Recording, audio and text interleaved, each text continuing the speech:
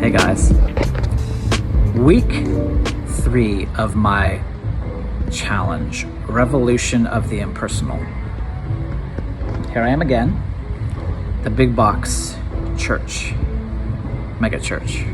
I'm just trying to reveal things, sometimes we get stuck in a system, we get stuck in a rut, we get stuck in a mentality, and we kind of put our heads down and just keep going in that rut.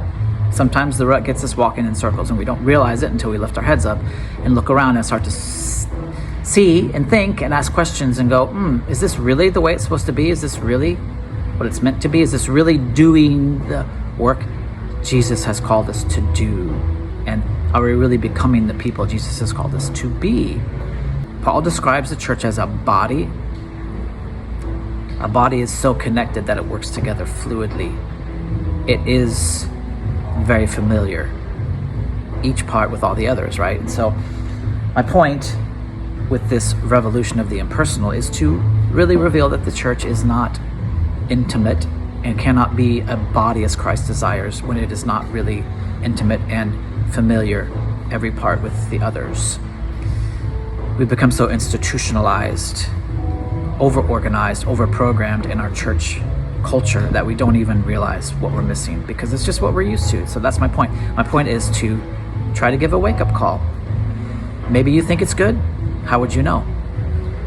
If it's only what you've known, if it's what you've always known and only what you've always known, how would you know? Think about it. Back to my sit-in the foyer. See you guys. Bye.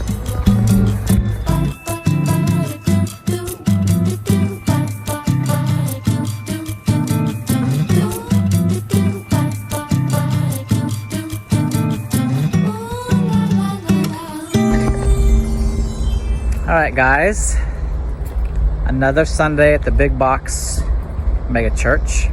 I sat in my chair, as you saw. There was a guy sitting in the same section, and I introduced myself, and we talked off and on throughout the duration of the service time. And, he was reading his Bible. We talked about the Bible. At the end, I went to go, and I said, hey, I'm Jason, and he introduced himself, and I was like, how long you been going here? And he's like, actually, I don't go here. I go to this church down the street. I'm just here to meet my son for lunch.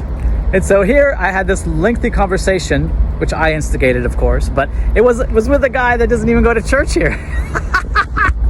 Funny. Met some other people. The other interesting thing that happened was I'm sitting by the back door with my son who's waiting for a friend to come through the door. So we were sitting there for a good 30 minutes. I just start opening the door for people coming in, like the greeters would, right? I don't have the shirt. I'm not assigned to the job, but here I am just being helpful. And one lady comes up to the door and she's waiting for her husband to come in with their kids. We start talking. She plays on the worship team. I noticed she had the earpiece. I was like, oh, you play the worship team? And I was like, yeah, I play drums. I used to play drums for the last church. And she's like, drums? You play drums? We what? We need drummers. And I was like, oh, wow. Here we go. I might actually start playing drums here. And I love playing drums, and I love playing drums with the worship band. So I might start doing it because it's fun. But it still doesn't negate the point that, I know how to engage in the church, the big box church. I know how it all works. I've done it 100 times, so many times. But it's a program. If you get in step with the program, you're fine. You'll get plugged in. You'll feel plugged in. You'll feel like you belong. You'll start to form relationships. All that's well and good. But are you a part of a cog? Are you a part of an institution? Are you actually a part of a family and a body? That's the question. Sometimes we can feel plugged in, feel like we belong, feel like we are known, feel like we are getting to know others. But sometimes the institution around us is actually creating a superficial sense of those things. I'm someone who cares deeply about deep relationship. And I'm telling you, sometimes we don't know it's not there, but it's not. All right. Love you. Bye.